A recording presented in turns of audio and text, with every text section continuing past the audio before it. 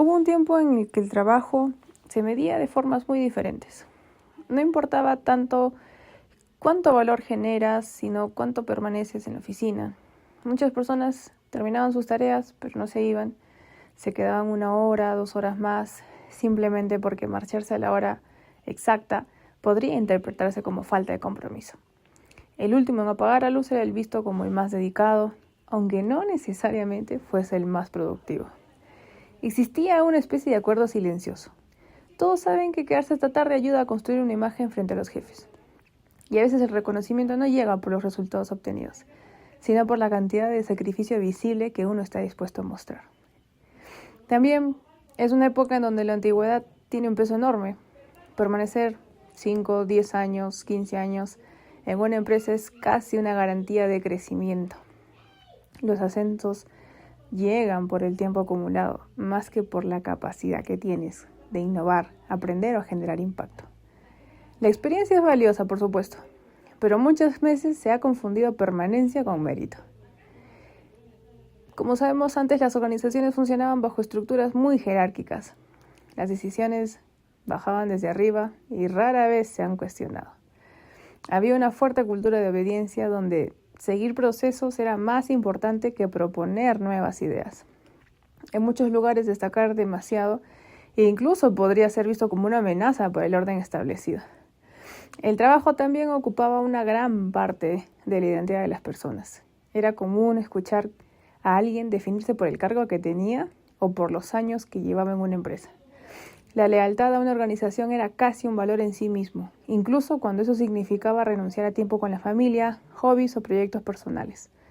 Y aunque ese modelo permitió construir grandes empresas y acompañó el desarrollo de generaciones enteras, también ha dejado una pregunta interesante, ¿no?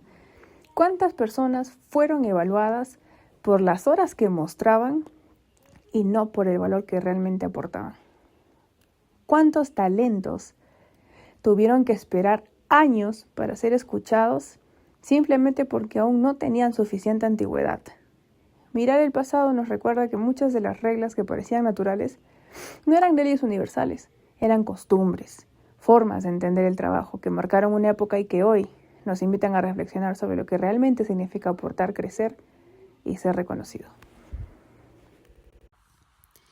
Durante décadas, el trabajo no solo era una actividad, era la columna vertebral de nuestra vida comunitaria.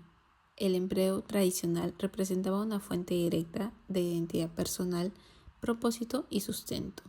En este entorno del pasado, la educación jugaba un papel fundamental construyendo identidades sólidas, diseñadas para durar toda la vida, similares a una casa de piedra.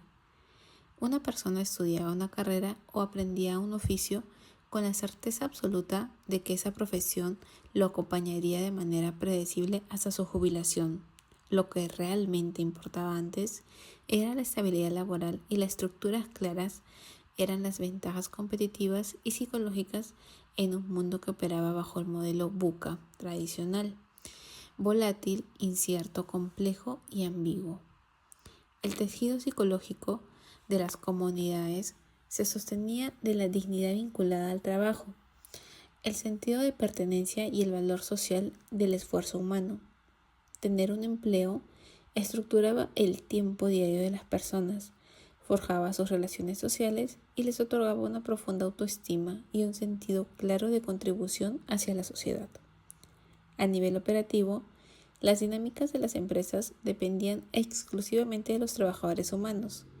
Aunque el empresario debía gestionar horarios limitados, vacaciones, beneficios, seguros y permisos, el valor cognitivo y manual del ser humano era irreemplazable. El quiebre de la estabilidad. Sin embargo, los marcos de referencia que usábamos para entender la estabilidad organizativa comenzaron a quedar obsoletos. El quiebre definitivo llegó con la crisis sanitaria del COVID-19, que actuó como un acelerador global. En ese momento histórico, expuso las fragilidades del sistema y nos catapultó hacia una nueva realidad conocida como el entorno Bunny.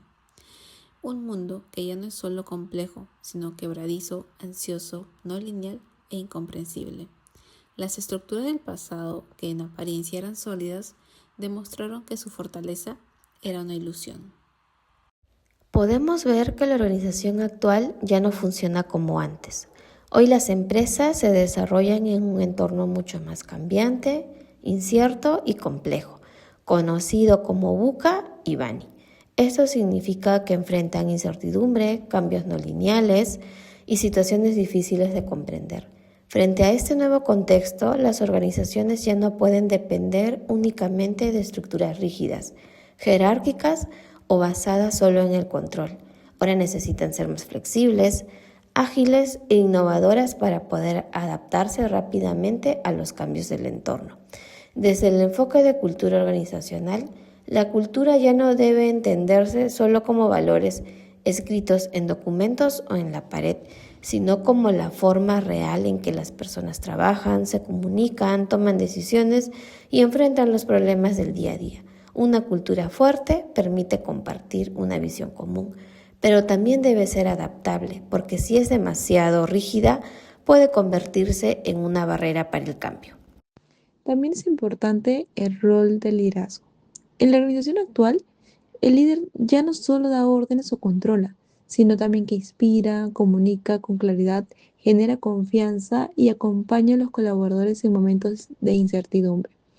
El liderazgo debe fortalecer la resiliencia, debe promover el aprendizaje continuo y ayudar a las personas que se sientan parte del cambio.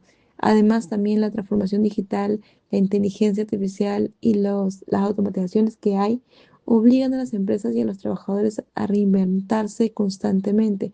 Hoy en día ya no se basta con solo saber una tarea. Es necesario aprender, desaprender y desarrollar nuevas capacidades para seguir siendo competitivos.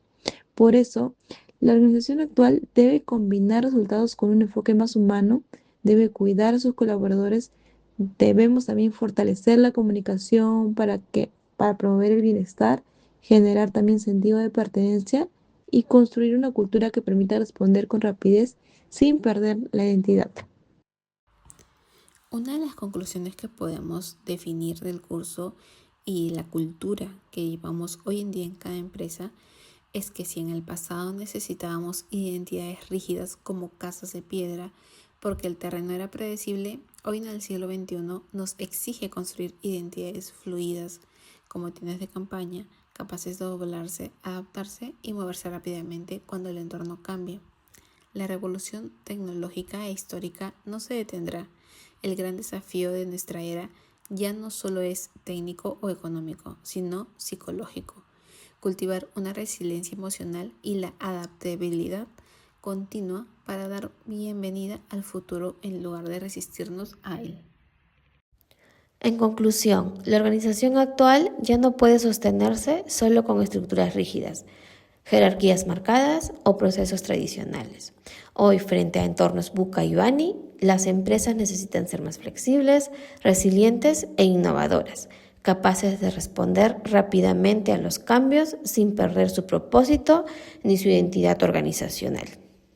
Finalmente, podemos decir que la tecnología impulsa la transformación, pero la cultura y las personas son las que realmente la sostienen. Una organización puede contar con herramientas digitales, inteligencia artificial, automatización, pero si no se fortalece la comunicación, el bienestar, el liderazgo y el compromiso de sus colaboradores, el cambio no será sostenible en el tiempo.